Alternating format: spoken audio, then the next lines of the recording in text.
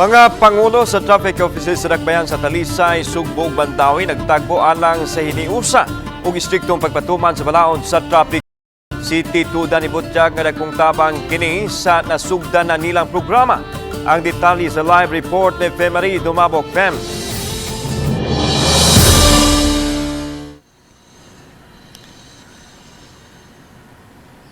Yes, lanog isip tabang ang konseho sa Dakbayan sa Talisay ang mo-review sa mga existing ordinances may kalabutan sa trapiko sa Dakbayan.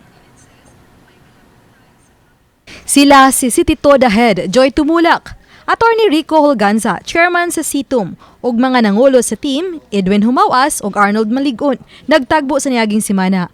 Usa sa ilang mga nasabutan nga mag-uniform sa mga striktong ipatuman nga traffic laws. Usa na ang naglambigit sa mga motorsiklo aron di maglibog ang mga motorista kalabot sa balaod sa kadalanan. Kung atong tanahon, ang among mga ordinansa is the same ra. Kay amo mang gibasihan ang 4136 gikan sa Republic Act. Ang plano is dunay amo pag-implementar ang mga palisiya nga lagda sa trapiko sa tulo ka mga syudad. Samtang subling ni pahinumdom si Talisay City Mayor Samsam Gulya sa mga sakop sa City Toda nga ipatuman ang insakto nga information dissemination o dili kay diretso lang pagsikop. Ako ra yung baruganan niya, I told City Toda to info disseminate regarding the safety of our motorcycles and our automobiles in the SRP. Gumikan sa maong kalambuan, gihangop ni Cyril Velasco, Pangulo sa Talisay City Chamber of Commerce, Trade and Industry, ang plano sa mga pangulo sa trapiko sa Tri-Cities. Iyang giangkon nga usa sa labing apektado mga negosyante gumikan sa mga disgrasya ug aberya sa kadalanan. Everyone should be concerned, not only sa mga negosyante, asa po ng mga trabahante. Kaya kung malate atong mga trabahante, magdugay po taga-abre sa ito opisina. Si Talisay City Councilor Danilo Caballero, kisabay chairman sa Committee on Traffic, ni pasalig nga ilang i-review ang existing traffic ordinance sa syudad.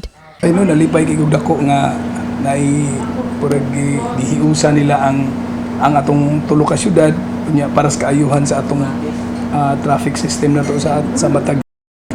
Nalipay kay dako na in terms of legislation andam jud tagaan mo suporta ug tabang ana.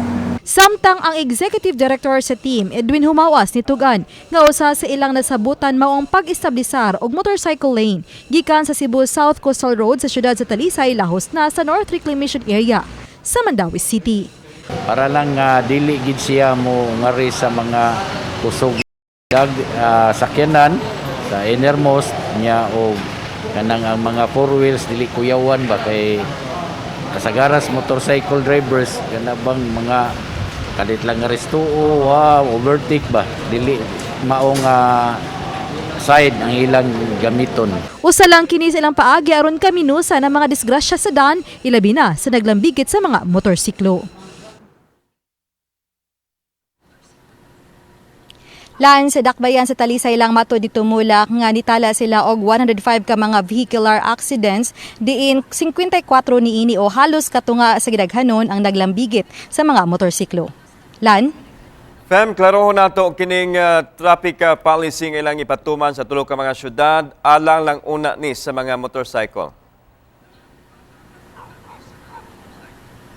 Sa pagkakaroon lan, ang tanan dili ingon nga alang lagi sa motorcycle apan tanang mga traffic laws nga naa diha sa 4136 ubos sa Republic Act 4136 ang ilahang tun-an.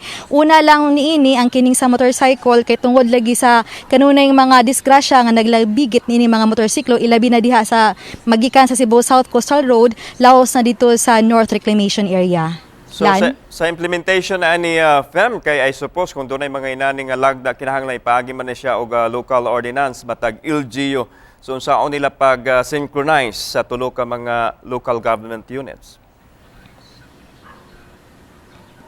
Laan matud pa man ni Tumulak nga ang maong local ordinances ana sila hinungdan nga sayo na sa alang kanila ang pagstriktong pagpatuman ini tungod kay existing na ang mga ordinansa ang ilaha lang ang pag-unified lang ang pagpatugma lang kung anaa ba sila sa maong mga ordinansa sa ilang tagsa ka mga syudad.